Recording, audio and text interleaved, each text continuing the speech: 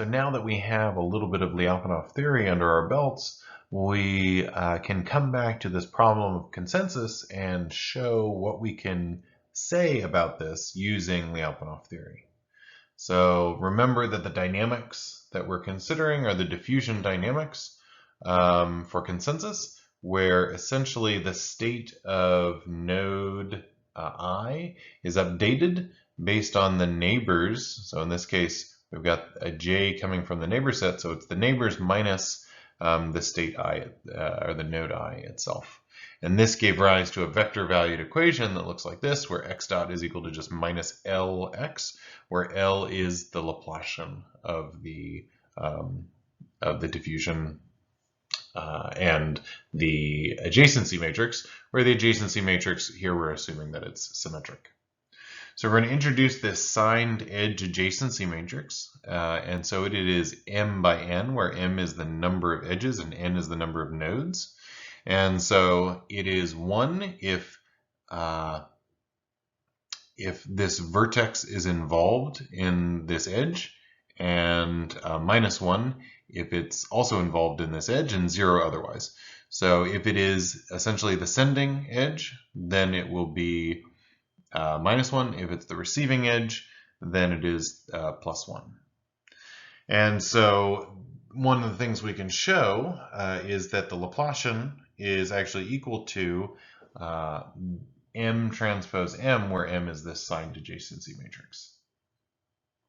What we can do is we can say that that the difference, we can write out the difference between all neighbors. So essentially all vertices that share the same edge, we can express their difference by calculating y, which is simply just the signed adjacency matrix multiplied by x. And so this gives us terms that look like this, where I and j are connected, and this tells us that the difference here between I and j is simply just xi minus xj. So in the concept of consensus, we're essentially trying to drive the states to be all the same value. If that's the case, then this y vector should really become equal to 0. And that is what we're going to show. So if we look at a Lyapunov function that again is this quadratic form where x is vector valued now, so when we take the derivative, we take its vector version. So we take v dot, and that's just going to be x transpose x dot.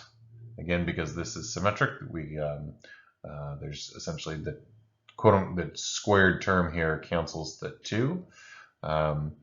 And once we substitute in x dot, which is minus Lx, we get this quadratic term. We can split L in terms of m transpose m, and then we can write this as y, and we can write this as y transpose. And now minus y transpose y, these are vectors. This is related to the norm, which is always positive, and so that means that this quantity is going to be negative. And it's only going to be 0 if y is exactly 0, the 0 vector. So since this is positive, except where x is equal to 0, which would also make y is equal to 0, then this, what we just showed here is that this is always less than 0 except at the equilibrium. Then that means that we can say that it is asymptotically stable. Moreover, because this Lyapunov function is radially unbounded, we can further say that it's globally asymptotically stable. And what this means is that y goes to 0, or the trajectories lead the system such that y is equal to 0. And remember, all the elements of y looked like this. And where this is saying that xi minus xj is the element of y, and that's all going to 0. And that's true for all pairs I and j that are in the graph, so that are actually connected together. And so that is the way that people have proven that as long as G is connected, because you need to have all of these pairs connected to drive that to 0, then there is going to be this edge adjacent to every vertex, which means that this is going to drive all of those states to being 0. And that is how we show consensus using Lyapunov theory.